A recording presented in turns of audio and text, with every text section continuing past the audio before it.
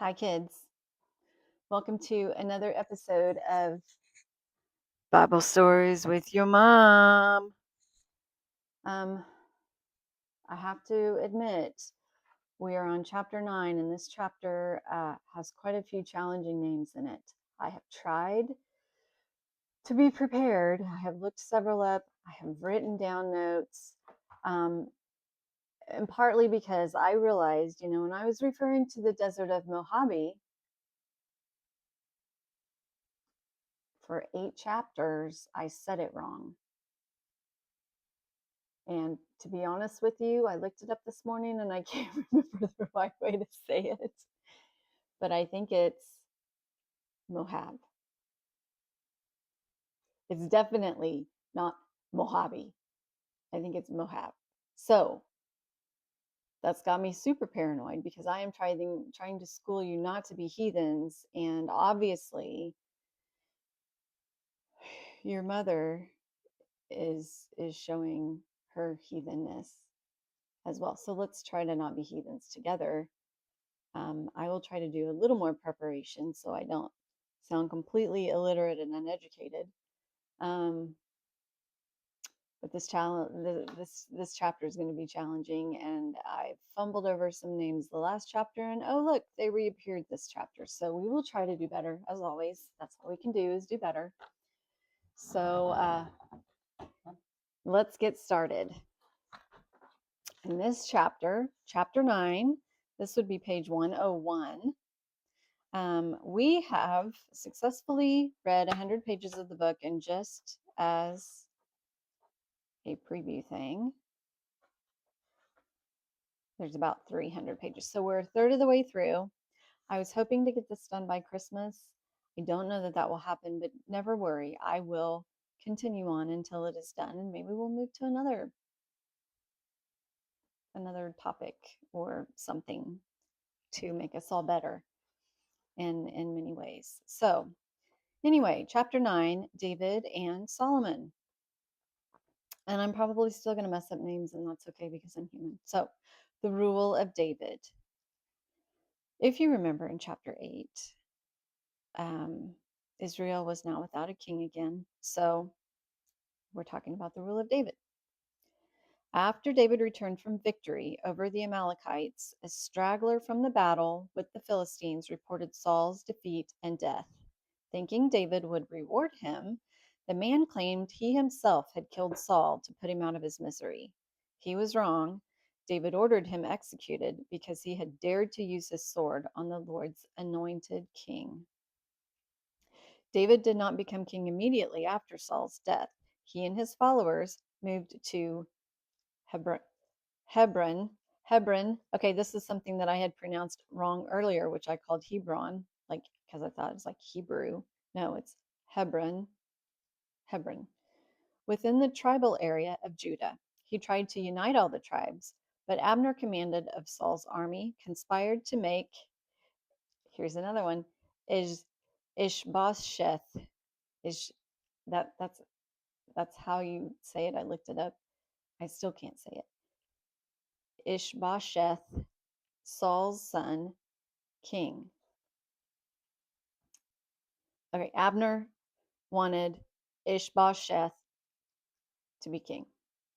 Abner proclaimed Ishbosheth king over a coalition of tribes in the north and set up a capital at Mahanaim. Mahanaim. Set up a capital at Mahanaim, east of the Jordan River. But the tribe of Judah supported David. This led to civil war between Judah and the coalition of tribes in the north.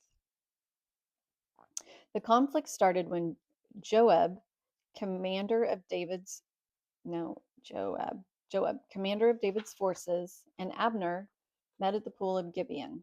What started as peaceful negotiations became 12 on 12 combat between hand-picked young warriors. This quickly deteriorated into a full-scale, deadly battle during which Abner killed Joab's brother. I didn't look this one up. Asahel. Asahel. You knew it was going to happen. When it became apparent that David would win the war, Abner secretly offered to support him and convince the elders of Israel to do likewise. However, Joab murdered Abner in revenge for the killing of Asahel. Knowing people would suspect him, David swore he had not ordered the execution of Abner and publicly mourned his death. When Ishbosheth heard Abner had been killed, he decided to surrender. But then two of his own soldiers murdered him and brought his head to David. Instead of rewarding them, David ordered them executed for killing an innocent man. After this, the elders of all the tribes of Israel anointed David as king. At age 30, David began his rule that lasted 40 years. Remember 40? 40 is a good number. He captured Jerusalem, a Jebusite fortress, made it the political capital for all Israel, and called it the City of David. David strengthened his power through marriage to multiple wives and concubines. He also defeated the Philistines in two major battles. To honor God as their ultimate ruler, David brought the Ark of the Covenant to Jerusalem. When they were moving it on a cart, the ox stumbled, and the Lord killed Uzzah. I didn't look that one up. I don't know if I'm saying that right. For touching the ark to keep it from falling. The death of Uzzah so terrified David that he left the ark in a house for 3 months before attempting to move it again. Because God blessed that house, David decided to move the ark again. This time, men carried it with poles. As they moved it to Jerusalem, David and the people made sacrifices and sang and danced before the Lord. When they arrived, David blessed the people and gave them gifts. It was a glorious occasion. Everyone celebrated except for Michal, or Michelle, who knows, Saul's daughter and David's wife. He had taken her back. She was filled with contempt and criticized David for celebrating publicly with common people. As a consequence, she was never able to bear children. Because he was living in a palace and the ark was only in a tent, David summoned the prophet Nathan and told him he wanted to build a temple for the ark. Nathan was certain the Lord would honor David's plans, but instead, the Lord promised that he would establish David's dynasty forever, saying, "Your house and kingdom will always will endure. Your house and kingdom always will endure." One of his descendants, not David, would build a house for the Lord. When Nathan told David what the Lord had revealed, David thanked God for his goodness and promised to honor him. He prayed, "How great you are, sovereign Lord! There has never been a God like you. You have made Israel your people forever." David was a superb military strategist and a political organizer. He expanded his kingdom through military victories by capturing Gath, the largest Philistine town, and conquering Moab, not Mojave, Moab to the east, Aram to the north, and Edom to the south. His royal staff included military officers, a historian, priests, a secretary, and bodyguards. David did not forget his promise to Saul. When he found out the sole survivor of Saul's dynasty was, I might not have found this one. Okay, the sole survivor was Mepith, Mephibosheth, Mephibosheth, Jonathan's son, who was handicapped. He assured him he had nothing to fear and promised to care for him for the remainder of his life. David's greatest military success was against armies east of the Jordan River. King Nahash of Ammon had been a loyal supporter, so when Nahash died, David sent representatives to his funeral. But Nahash's son humiliated them by cutting off their beards. David considered this a declaration of war and ordered Joab to mobilize the army. Though trapped between Ammonite and Aramean forces, Joab defeated both opposing armies. After their defeat, the Arameans realized that under David, the Israelites had become powerful, so they assembled a larger army to attack. David mobilized the entire army, and the Israelites killed 700 charioteers and 40,000 foot soldiers. Charioteers, I'm guessing, would be the people that ride the chariots. Charioteers, 700 riding people riding chariots, 40,000 foot soldiers. The Arameans surrendered and never again went to war against Israel. Over time, David's success turned into a serious moral failing. Instead of going with the army on a military campaign, David decided to stay in Jerusalem. One evening, he saw Bathsheba, a beautiful married woman, bathing on her rooftop balcony. Instead of resisting, he invited her to the palace. They had sex, and later she sent David a shocking message: I am pregnant. David attempted to hide the affair by summoning her husband, Uriah, who had been with the army. David hoped Uriah would spend a night with his wife in Jerusalem, but Uriah refused out of respect for his fellow soldiers who were separated from their wives. David resorted to a drastic and deadly cover up. In the siege to capture Rabbah, David had Joab send Uriah, along with other soldiers, near enough to the city wall that the archers could shoot them with arrows. Uriah and others were killed. When Uriah's death was reported, Bathsheba mourned for her husband and then became David's wife. David didn't think anyone knew what he had done, but the Lord knew and sent Nathan the prophet to confront him. Nathan told David a parable about a rich man and a poor man. Instead of killing one of his own lambs, the rich man took the poor man's only lamb to feed his guests. David was furious and said the rich man must repay the poor man with 4 lambs. Nathan said to David, You are the rich man. And he announced that because of David's sin, his own family would be devastated by violence and his wives publicly violated. David deserved to die for abusing his royal power, but he confessed his sin and the Lord forgave him. However, Nathan said that the child born of the adulterous relationship would die. When David's son became ill, David grieved and begged God for mercy and even fasted, but after 7 days, the boy died.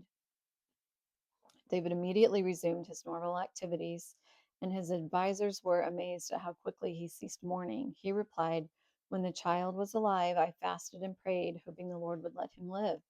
But after his death, he cannot return to me. I will let him go when I die. God was gracious to David and Bathsheba. She eventually gave birth to their son Solomon, whose name means peace. Nathan told them to give the child a second name, Jedediah, which means beloved of the Lord.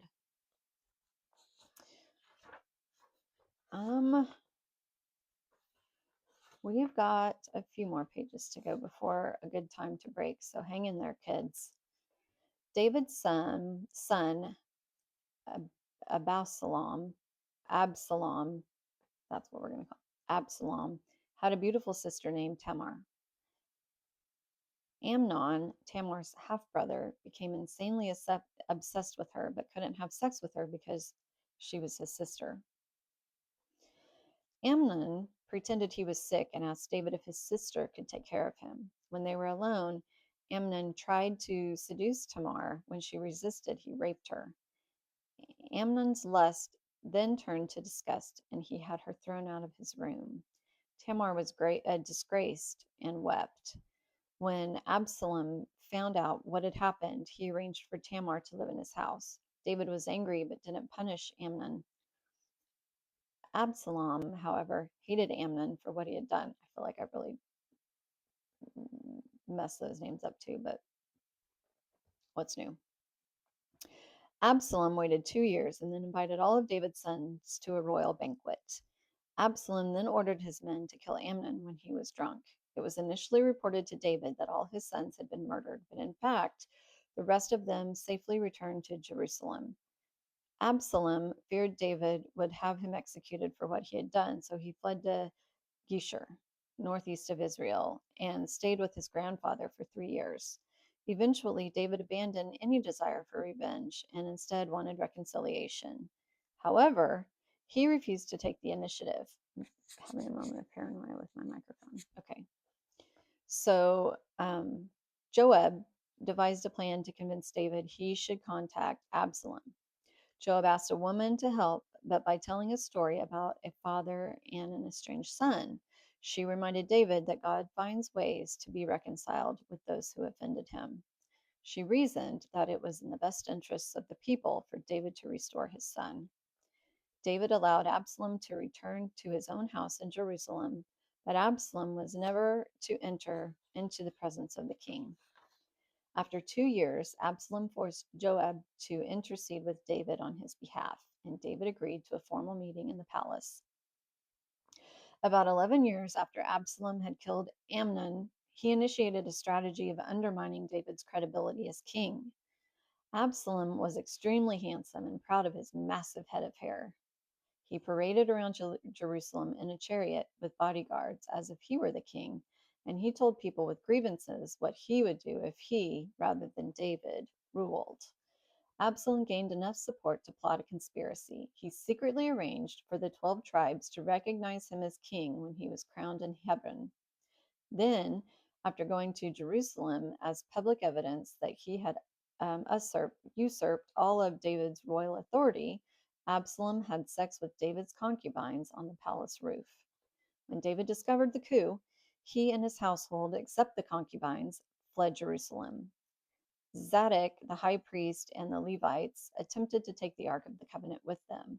David, thinking the rebellion would be short, ordered them to take it back to the city. After escaping, David sent one of his loyal supporters, Hushai, Hushai, Hushai, back to Jerusalem as a secret agent to keep him informed of Absalom's plans. Hushai went immediately and declared his willingness to serve as Absalom's advisor. Hushai suggested that Absalom mobilize the entire army to totally annihilate David and his men. The Lord somehow influenced Absalom and his men to accept Hushai's plan because the Lord was determined to destroy Absalom. David received fresh supplies and organized his troops in preparation to engage Absalom's forces. He wanted to lead them into battle, but they convinced him it was too risky. "You are more valuable than 10,000, they said. "Stay here in safety, and if we need help, we will send for you." David agreed, but gave Joab and his officers strict orders not to kill Absalom. The battle raged all day in the rugged forest of Ephraim. Absalom became separated from his men, and then his long hair got tangled in the thick branches of a tree. One of David's men found him and told Joab, who disregarded David's orders and stabbed Absalom in the heart with 3 daggers. Joab and his armor bearers threw the body into a pit and covered it with stones. Absalom's army fled. The rebellion was over. Messengers were sent to inform David of the victory. When David asked Absalom, one of the men replied, "May all of your enemies suffer the same fate as Absalom." David went into a room alone and burst into tears, crying out, "Oh, my son Absalom, I wish I would have died instead of you. Oh, Absalom, my son, my son." When Joab heard David was mourning, he told him his actions were discrediting and demoralizing to his soldiers who had won a great victory. They had saved the life of David and his entire family. David recovered and assumed leadership of his army. David's return to Jerusalem was controversial. The northern tribes debated whether they should accept him as a king. The tribe of Judah met him at Jordan to escort him. Others pledged their loyalty, and David rewarded them. Some from Israel complained that David had shown preference to the tribe of Judah, and this contention was not resolved. It became an ongoing point of contention between Judah and the other tribes. Throughout his reign, David's mightiest warriors fought against the Philistines, defeating them with courage and strength. Some of these Philistines were giants, descendants and relatives of Goliath. Many great warriors and mighty men fought on David's side and gained much renown. For an unstated reason, though, the Lord became extremely angry with Israel, and he permitted Satan to provoke David to take a census. Afterward, David felt guilty and asked the Lord for forgiveness. The prophet Gad presented David with 3 options as punishment: 3 years of famine, 3 months of military defeats, or 3 days of plague. Reasoning it would be better to place Israel's fate in the Lord's hand, David accepted the third option. After 70,000 died, the Lord relented of the judgment. David confessed his guilt. "I am the one who has sinned. The people are as innocent as sheep." Gad told David he should build an altar to the Lord for stopping the plague. David tried to buy Araunah's threshing floor. Araunah offered to give him the property and even the animals. David refused, saying his sacrifice would be meaningless if it didn't cost him anything. After building the altar, David offered animal sacrifices and peace offerings to the Lord, declaring that the location would be the future site of the temple. Okay, kids, we are kind of in the middle of page 108. The chapter is not over. It's got a couple more pages, but that'll give us a little short installment for next time. So, next time we will talk about the rule of Solomon. Never forget I love you.